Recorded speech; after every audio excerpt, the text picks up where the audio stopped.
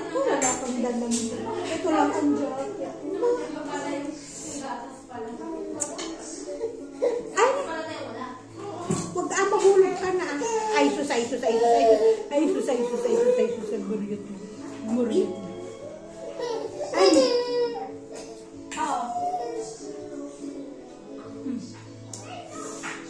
Wow, delicious pasta. Init?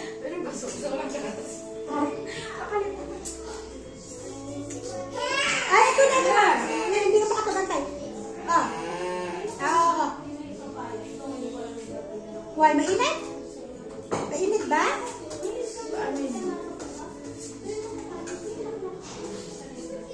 Hindi man makapag-antay ang bata ba?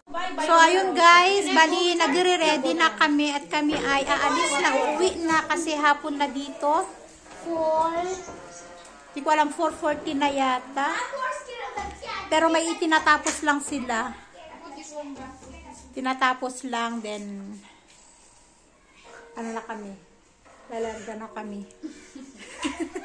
Larga. Ayan, naka-ready na. Itatahi lang ko yung butones nung nung cellphone bag. Tatapos lang. Kumikitang pangkabuhayan. Huwag na. Bali ako din alam mo, nakabili din ako ng ng yarn, oh. Para may pambili na ako ng yarn. Magirgiran na naman ako nung isa. Para matapos ko na rin yung ginagawa kong cover ng aking oven. Tapos yung bag na ginawa ko, malagyan ko na ng handle.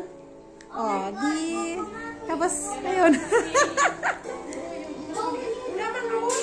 Yan, medyo pa, pero ready na. Maya-maya, alis na kami. Maglalakad tayo? Diretso na tayo ng Pulchok? Diretso na ng Pulchok. Ayun, so. Hi guys! So, ayan, kabababa lang namin ng bus. Nandito na kami sa may Saichok. Ay? Look there. At yun, inaantay namin si Asis. Meron siyang burger gummy bear. Kaya upo muna kami dito habang inaantay namin si Asis para sunduin kami dito sa highway. Anak ko na, don't play the battle. Ay, ang dami kong nabiling yan. Six colors, tapos yung magenta at saka yung red, apat ang nabili ko. Kasi may ginagawa talaga akong bag na hindi natapos.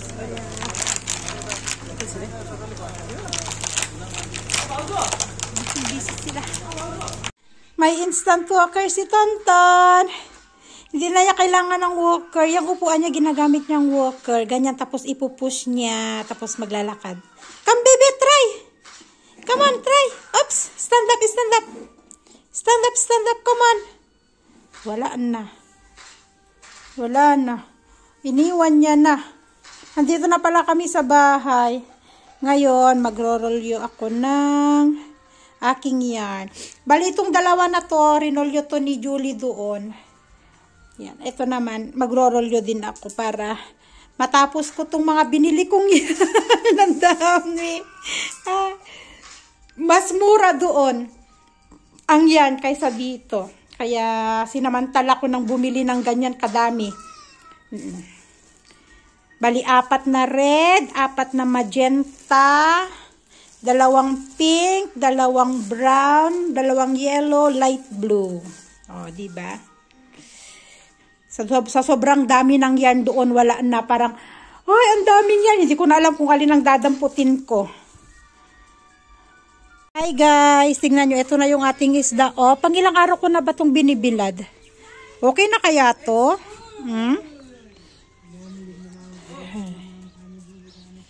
Ganyan na itsura niya, oh. Napindang nga.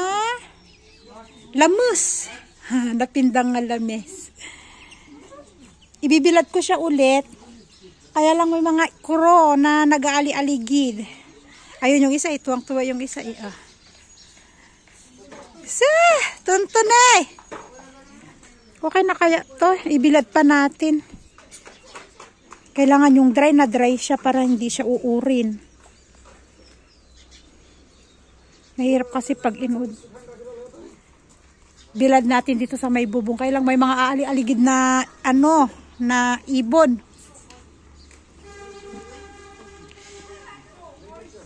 Tingnan nyo yung bagong bag na ginawa ko, guys. Oh, sinabit ko dyan.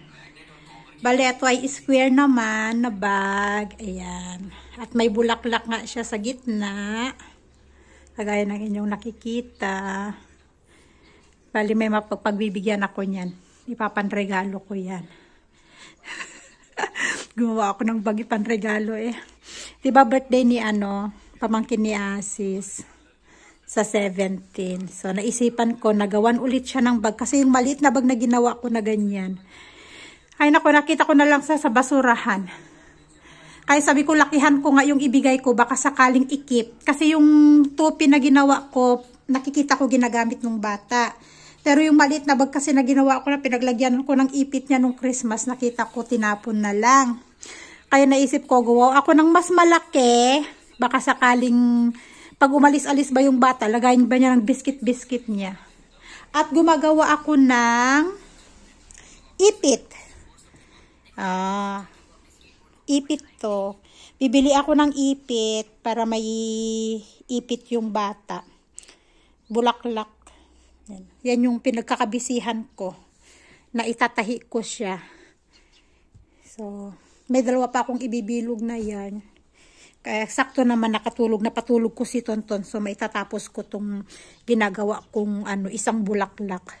Siguro kahit mga 4 para may partner-partner yung ipit niya. At yun guys, again nakikita nyo sa aking background ay sasamsam ko lang sa aking mga nilabhan at kailangan nating magtupi.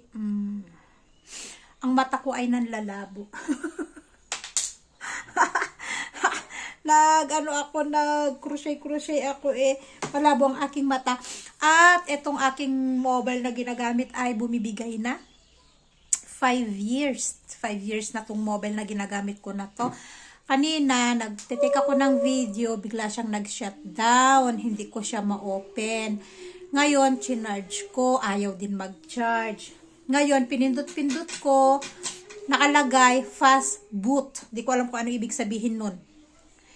So, inayaan ko lang na ganun. Sinaksak ko na rin siya sa charger. Maya-maya, ayun, nag-ano na siya ulit. Buti ka mo, yung tinake ko na video, hindi siya nakurap. Kasi habang nagtitake ako ng video, namatay.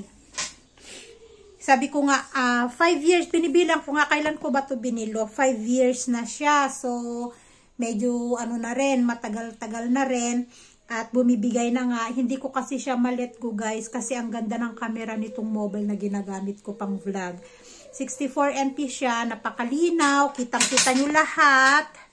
Yung mga pores ko, yung mga butlibok, kitang-kita yan talaga kapag kasi ang linaw nung camera niya talaga. Sa lahat na ginamit ko ito yung nagustuhan ko kaya hindi ko siya ma-let go. Nakailang beses ko na rin to na dinala sa shop, pinalitan ng battery, o di kaya yung nasa likod niya kasi madaling mabasag yung cover niya sa likod. Ilang beses ko na rin niya napapalitan. Pero ginagamit ko pa rin. Pero kanina talaga, sabi ko, grabe, nag-shutdown. Ang tagal. Siguro 1.5 oras na hindi ko siya ma-open. Hanggang siguro sa nalobat na lang siya. Kasi nung isinaksak ko, tapos after 20 minutes, nung pindutin ko na ulit, nakalagay doon 1% charging na siya. So, di ko alam kung anong nangyari. Nag-shutdown ang aking mobile.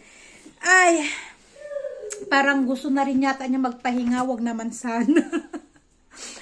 Kasi 5 years, tapos ang ganda ng camera niya, ang linaw ng camera niya, tapos kasi nagtatanong-tanong ako doon, walang 64, madalas doon 50, yung 50 kasi medyo malabo, pero sabi kasi nung pinagpapagawaan ko nito, depende daw kasi sa cellphone yun, kasi may magandang cellphone na kahit 50 malinaw. Meron naman kasing cellphone na kahit 50 or minsan 64 na yung camera daw malabo. So, medyo nag-aalangan ako kasi ang ganda talaga nito, guys. Yung pinagsamahan namin ng cellphone na to. Sa cellphone na to, dito ako kumikita sa cellphone na to. Kaya hindi ko siya ma-let go.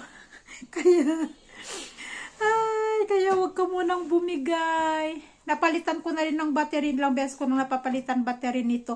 Sa 5 taon, 2 beses kong napapalitan ang battery nitong ginagamit ko na to. Ayaw ko talaga siyang palitan. Love na love ko tong ginagamit ko to na mobile. Kasi 5 taon ba naman? Ilang taon si Asher noon? 1 taon si Asher noon. Diba dati ang una kong ginagamit yung iPhone 5S ko maliit.